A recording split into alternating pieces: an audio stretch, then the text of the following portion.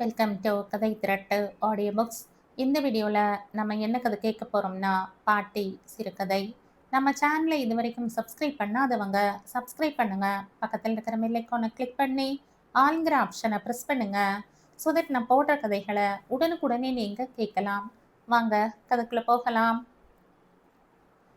ஜன்னலுக்கு இந்த பக்கத்தில் இருந்து அந்த பக்க வராந்தாவில் இருந்த குழந்தையை பார்க்க முடியவில்லை. ஆனால் அதன் குரல் ஆவி போல் சுவரை ஊடுருவி வந்தது. அதன் பாட்டு வராந்தாவெங்கும் வழிந்தோடியது. என்னை பார் என்னை பார் என்று காதுகளை தட்டி கொஞ்சியது. பாட்டியாவதில் மூட்டு வலி, முதுகு கூன், கண் திரை போன்ற விலை கொடுத்தாலும் பேர குழந்தையின் மழலை குரலில் வரும் பாட்டை கேட்க முடிவது பெரிய லாபம். சுகமான வியாபாரம்தான். அம்மா, சாப்பிட்டியா? பிள்ளை வந்து விசாரித்தார். வயது 56. ஆனால் இப்போதும் தாயை பார்க்கும்போது பச்சை குழந்தை. அவளை விசாரிக்காமல் வேலைக்கு கிளம்புவதில்லை. ஆச்சுடா. சதை மறைப்பை விலக்க கண்ணாடி அணிந்து மகனை பார்த்தபோது தலை குழந்தையை மார்பில் அணைத்து முகம் பார்த்து பூரித்த நிறைவுதான் இப்போதும் இருந்தது. இந்த தலை பிள்ளையை அடுத்து இன்னொரு பிள்ளை, பிறகு 2 பெண்கள். 4 பேருக்குமே இன்றளவும் அம்மா என்றால் தேவதா விசுவாசம். அப்பா இறந்த பின் இவர் அம்மா இனி என்னோடுதான் என்று கண்டிப்பாய் சொல்லிவிட்டார். தம்பிக்கு சற்று மனத்தாங்கல்தான். ஏன், எனக்கு மட்டும் அவள் அம்மா இல்லையா? ஆனால் சிரிப்புடன் பதில் வந்தது. அம்மா என்கிற அனுபவம் என்னன்னு அவளுக்கு முதலில் கற்றுக் கொடுத்தது நான் தானே. அதனால உங்க 3 பேரை விட அவள் எனக்கு கொஞ்சம் ஜாஸ்தி அம்மா. 2ஆம் பிள்ளை ஆண்டுக்கு ஒரு முறை வருவது தவிர தமது உரிமையை நிலைநாட்டிக் கொள்ள தில்லியில் இருந்து மாதா மாதம் அம்மாவுக்கு செக் அனுப்பினார். 2 பெண்களும் அவ்வப்போது வந்து அண்ணனின் குடும்பத்தோடு சீராடி தாயிடம் கொஞ்சிவிட்டு போனார்கள். 4 குழந்தைகளுக்கும் பாட்டி இனிமையின் கருவூலம். தலைமுறை இடைவெளி, ஒருவரை ஒருவர் புரிந்து கொள்ளாமை போன்ற பிரச்சனைகள் இந்த குடும்பத்தில் இல்லை.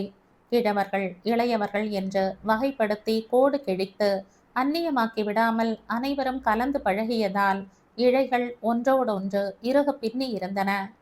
குழந்தைகளுக்கு பாட்டி ஒரு தோழி, மாமியாருக்கு மருமகள் ஒரு மகள், பிள்ளைக்கோ எல்லோருமே ஒரு மகனாகவும் கணவனாகவும் தந்தையாகவும் சகோதரனாகவும் வெவ்வேறு வடிவங்களில் அன்பு செலுத்த தமக்கு வசதி செய்து கொடுக்கும் இனியவர்கள்.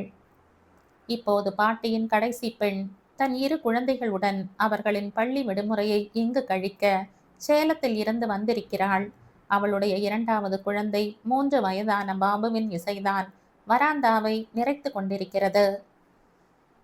மேல் ஸ்தாயிக்கு ஏறிய போது அந்த உயரத்தில் மோதி குரல் கீச்சிட்டு உடைந்தது. மூச்சு இறைத்திருக்கும், முகம் சிவந்திருக்கும். ஆனாலும் குரல் பாட்டை விடவில்லை. பாட்டு அமர்க்களப்படுறாப்புல இருக்கு என்றார் மகன். குரலிலேயே புன் சிரிப்பு. ஆமா, ஒரே மழலைதான். இன்னும் வார்த்தை ஏதேனும் புரியறதா? எதுக்கு புரியணும்? பாடுறதோ இல்லையோ, அதான் குழந்தை. அந்த பாட்டா? அந்த பாட்டு, அந்த சந்தோஷம். நான் இருக்கேன் பார் பாருன்னு உலகத்துக்கு அறிவிக்கிறதே அந்த உற்சாகம். நீ விஷயங்களை புரிஞ்சுக்கிற விதமே அழகா இருக்குமா? தாயின் அருகில் வந்து அவள் கைகளை பற்றி கொண்டார். உன்ன மாதிரி ஒரு ஆத்மா இருந்துட்டா அப்புறம் கவலையே கிடையாது. அதனால தான் மஞ்சுவுக்கும் நீ எடுத்து சொன்னா சமாதானம் ஆயிடுவாள்னு எனக்கு ஒரு நிச்சயம். மஞ்சுளா அவருடைய ஒரே மகள். 3 ஆண்டுகளுக்கு முன் திருமணம் நடந்தது.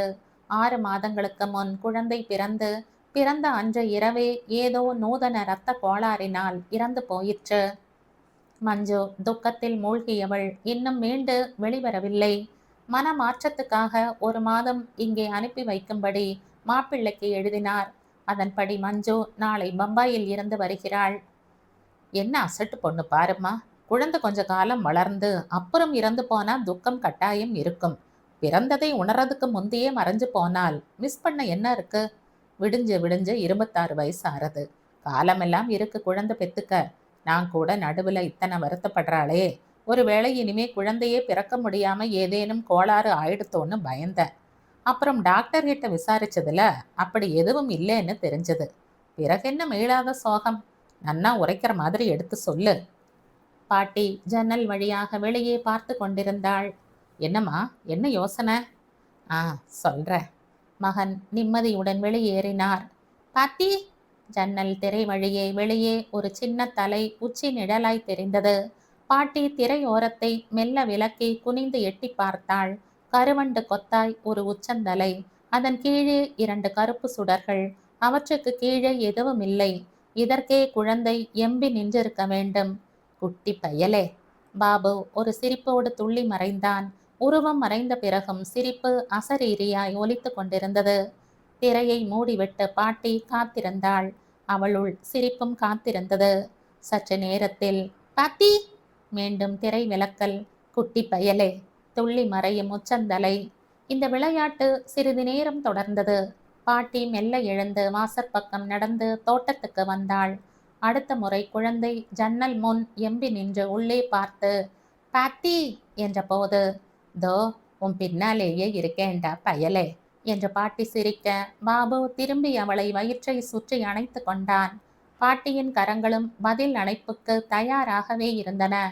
பாத்தி, ஆ, நீ ஏன் எப்பவும் குனிஞ்சு நடக்கிற? என் மாதிரி ஜம்முன்னு நிமிர்ந்து நில்ல. என் முதுகு மேல 74 வருஷம் உட்காண்டு அமுக்கிறதுடா கண்ணா. அதனாலதான் என்னால நிமிர்ந்து நிற்க முடியல. பாபு அணைப்பை விலக்கி அவள் முதுகை சென்று பார்த்தான். இங்க ஒன்னும் உட்கார்ந்து இல்லையே. அது உன் கண்ணுக்கு இப்ப தெரியாது. கண்ணாடி போட்டுண்டா தெரியுமா? பாட்டி சிரித்து கொண்டே, உள்ள போகலாமா? வெயில் ஏற ஆரம்பிச்சுடுத்து பார் என்றாள். பாட்டி, நாளைக்கு மஞ்சுக்கா வராளாமே. ஆமா, அம்மா தான் சொன்னா. மஞ்சுக்கா யாரு? உன் மாமாவோட பொண்ணு. நான் அவளை பார்த்துருக்கேனா? அவளுக்கு கல்யாணம் ஆகச்சே. நீ 2 மாசத்து பாப்பா. அதுக்கப்புறம் அவளும் நீயும் பார்த்துக்கல. ஆனா பாப்பாவா இருந்தப்பதான் பார்த்துக்கனே. எனக்கு ஞாபகம் இருக்கு. மஞ்சுக்காவை பார்த்த உடனேயே அவனுக்கு பிடித்து போய்விட்டது. மஞ்சுவும் வீட்டுக்குள் நுழைந்ததுமே, பாபுதானே என்ற நேரே அவனிடம் வந்து அணைத்து கொண்டாள். பூஞ்சதை மேலே அழுந்த சத்தம் இல்லாமல் உடம்பு குலுங்கியது. சரி சரி வா, காஃபி குடிச்சிட்டு ரயிலுக்கு போக முதல்ல குளி என்றாள் அம்மா. ஒவ்வொன்றாய் எழுந்து எழுந்து அமிழும் நாட்கள். அவற்றின் மீது மஞ்சு கால் பாவாமல் மிதந்தாள். எத்தனை அழகாயிருப்பாள் முன்பு. நின்ற இடம் பூ பூக்குமே. இப்போது இளைத்து நலிந்து. இது மஞ்சுவின் நிழல். அவளை நினைவுறுத்தும் வெறும் முக ஜாடை. பெற்றோர், பாட்டி, அத்தை, குழந்தைகள், அவர்களிடை இயல்பாய் மஞ்சுவின் வாய் பேசியது, சிரித்தது. கால்கள் ஓடி ஆடி பெரியவர்களுக்கு உதவின. கரங்கள் பிஞ்சுகளை சீராட்டின. குரல் பாபுவோடு சேர்ந்து பாட்டு பாடியது. ஆனால் மஞ்சு எங்கே தொலைந்து போயிருந்தாள்? ஏண்டி எப்ப பார்த்தாலும் மூஞ்சியை தொங்க போட்டுட்டே இருக்க? பீச்சுக்கு போகலாம் வரியா? டிவியில சாயங்காலம் கிரிக்கெட் ஹைலைட்ஸ் காட்டுறான். கபில் தேவ் 432 விக்கெட் சாதனை வரும். பார்க்கலாமா? ஸ்டார் டிவியில என்ன ப்ரோக்ராம் பார்ப்போமா? இல்லாட்டா மகாநதி படம் போகலாமா? அது ஒரே சோகம். கொஞ்சம் லைட்டா ஏதாவது சொல்ல. சர்தான மஞ்சு. எண்ணெய் மீது நீர் போல் பேச்சுக்கள் அவள் மேல் ஒட்டாமல் வழுக்கி சென்றன. வெட்ட வெளியை கொத்தி கொத்தி அலைந்து நிற்கும் விழிகள். அவற்றின் எதிரே முகங்கள். அந்த முகங்கள் உதிர்க்கும் குரல்கள். அம்மா, அத்தை, அப்பா. பாட்டி இன்னும், சாப்பிட்டியா மஞ்சு? பேப்பர்ல ஏதேனும் விசேஷம் உண்டா மஞ்சு? சிலு சிலுன்னு இருக்கு. ராத்திரி மழை வந்தாலும் வரும் இல்ல மஞ்சு? போன்றவையை தாண்டி நெருங்கி வரவில்லை. மஞ்சுவின் தந்தை தம் தாயை ரகசியமாக முறைத்தார். மஞ்சு வந்து 2 வாரம் ஆகிறது. இன்னும் அவளுக்கு நல்ல புத்திமதி சொல்லாம என்னம்மா பண்ற? அப்படியே உம்மனா மூஞ்சியா உட்காண்டிருக்கா பார். பாட்டி பதில் சொல்லவில்லை. அவளோட பேச போறியா இல்லையா? பேசுறேன்டா, பேசுறேன். பாட்டி சொல்லக்கூடிய புத்திமதிக்கு பயந்து மஞ்சுவும் பாட்டியை கூடிய வரை நெருங்காமலே இருந்தாள். இத்தனை பேரிடையேயும் மஞ்சுவின் தனிமை அகலவில்லை. இவர்கள் எல்லாம் வேறு மொழி பேசுகிறார்கள். மனம் விட்டு அழக்கூட முடியவில்லை. ஒவ்வொருவரும் நாக்கு நுனியில் ஒரு பதிலை தயாராக வைத்து கொண்டு அவளை சமாளிக்க காத்திருக்கிறார்கள். காலையில் அவள் கண்கள் சிவந்திருக்கும். ராத்திரி எல்லாம் அழுதியா என்ன? நல்ல பொண்ணு போ. குழிப்பிள்ளை மடியிலிருந்து வசனம். தன்னால இன்னொன்னு பிறக்கிறது. இதுக்கு இப்படியா ஒரு ஆகாத்தியம்? 6 மாசத்துக்கு அப்புறமும் பம்பாய்க்கு பறந்து விடலாமா? ஆனால் அங்கே மட்டும். முதலில் எல்லாம் கணவன் மிகுந்த அனுதாபம் காட்டினான். அவள் கண்ணீரோடு தன் கண்ணீரை சேர்த்து ஆறுதல் தந்தான், பெற்றான். பிறகு சிறிது சிறிதாய், சினிமாவுக்கு போவோமா மஞ்சு? உங்களுக்கு போகணும்னா போவோம். ஒரு நாள் அவன் பொறுமை சிதறியது. இன்னும் எத்தனை நாளைக்கு தான் இப்படி அழுமூஞ்சியா இருக்க போற? குழந்தை போன துக்கம் எனக்கு மட்டும் இல்லையா? நமக்கு என்ன இனிமே குழந்தையே பிறக்காதா? என்னமோ வாழ்க்கையே முடிஞ்சு போயிட்டாப்ல. சீ! அவள் உஷாரானாள். சிரிக்க பழகிக் கொண்டாள். அழுகையை கண்களுக்கு பின்னால் தள்ளினாள். அது உள்ளேயே கசிந்து இதயத்தை துருப்பிடிக்க வைத்தது. உதட்டு புன்னகையின் பொய்மையை புரிந்து கொண்ட போது அவன் சொன்னான், உங்க அப்பா லெட்டர் போட்டிருக்கார். அவர் சொல்றபடி ஒரு மாசம் பிறந்த வீட்டுக்கு போய் மனசை தேத்திண்டு வா. திரும்பி வரப்போது என் பழைய உற்சாகம் மஞ்சுவாய் வரணும். இரவின் இருட்டில் தோட்டத்து கொய்யா மரத்திலும் மல்லிகை கொடிகளிலும் உற்சாகத்தை தேடுபவள் போல் மஞ்சு எல்லாவற்றையும் உற்று உற்று பார்த்தாள். மல்லிகையின் சுகந்தம் இரவை நிறைத்தது. மெத்தென்ற பூ இதழ்களை மெல்ல தொட்டு தடவினாள். இந்த மென்மை, இந்த மனம் காலி கரங்களுள் சுரந்து வரும் நினைவுகள். உள்ளே இருந்து பீரிட தயாராகி வரும் வெள்ளத்தின் முதல் சலனத்தை உணரத் தொடங்கிய போது பின்னால் காலடி அரவம் கேட்க விம்மல் அவள் சிசுவை போல் அற்ப ஆயுளாய் அங்கணமே மடிந்தது. மஞ்சு, நல்ல வேளை இருட்டில் பாட்டியால் அவள் முகத்தை படிக்க முடியாது. இன்னும் தூங்கலையா நீ? தூக்கம் வரல பாட்டி. எனக்கும் வரல. அதான் சித்த காத்து வாக்கிண்டு போகலாம்னு எழுந்து வந்த. வா, இப்படி வரண்டா படியில உட்கார்ந்துக்கலாம். மஞ்சு அவசரமாக, இல்ல பாட்டி, நான் உள்ள போய் படுத்துக்கிறேன், தூக்கம் வரும் போல இருக்கு என்றாள். இருக்கட்டும், ஒரு 10 நிமிஷம் உட்காரேன். தயங்கியவாறே அவள் பாட்டி அருகில் அமர்ந்தாள். இப்போது பொன்மொழிகள் உதிரும். பகவான் கொடுத்தான், பகவான் எடுத்துண்டான், மனுஷா என்ன செய்ய முடியும்? நமக்கு கொடுப்பினை அவ்வளவுதான், மனசை தேத்திக்கோ. காலம் எல்லா துக்கத்தையும் ஆத்திடும். அது புண்ணிய ஆத்மா, பொசுக்குன்னு ஒரே நாள்ல தன் கர்மத்தை தொலைச்சுட்டு போயிடுத்து. அதுக்கு போய் துக்கப்படலாமோ? குழிப்பிள்ளை மடியில அடுத்த வருஷமே இன்னொரு குழந்தை பிறந்தா இது தன்னால மறந்துடும்.